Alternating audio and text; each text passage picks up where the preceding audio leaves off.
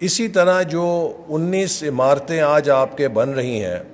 یہ تقریباً 80 کروڑ کی لاگت سے 2018 میں مکمل ہو جاتی ہیں، 1 سال یا 2 سال کے اندر، لیکن 4 سال تک ان کو التوا میں ڈالا گیا، اور پھر جب ہماری حکومت 2022 میں آئی، ہم نے ان کو دوبارہ ٹیک اپ کیا تو اس کی قیمت 80 کروڑ سے بڑھ کے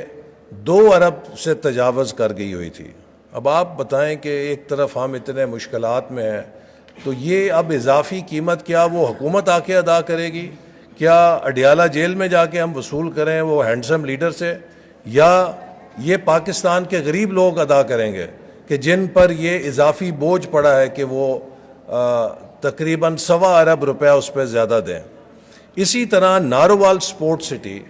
جو کہ 2018 میں 90% مکمل ہو چکا تھا،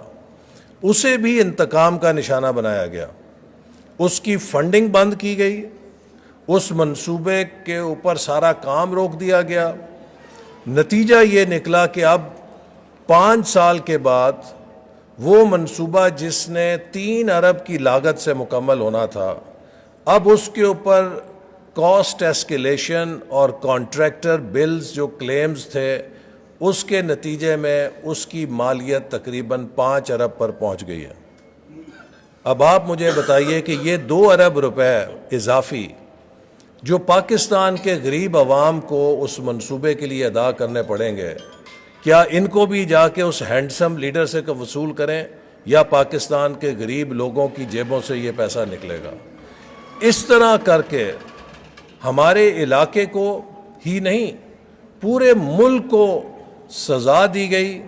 تمام چلتے ہوئے منصوبے بند کیے گئے، جس کی تپش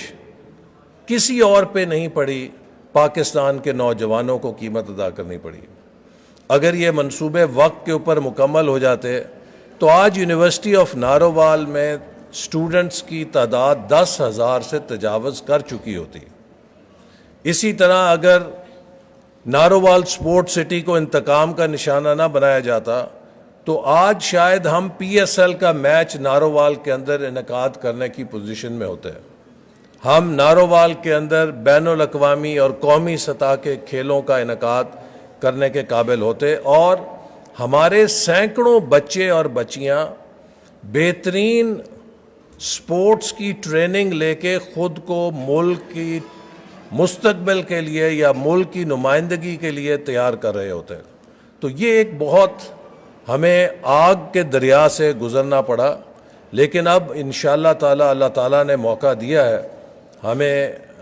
بھروسہ ہے اللہ تعالیٰ کی مدد پہ بھی اور اپنی نیت پر بھی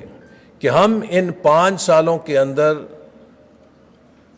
پچھلے 5 سالوں کا بھی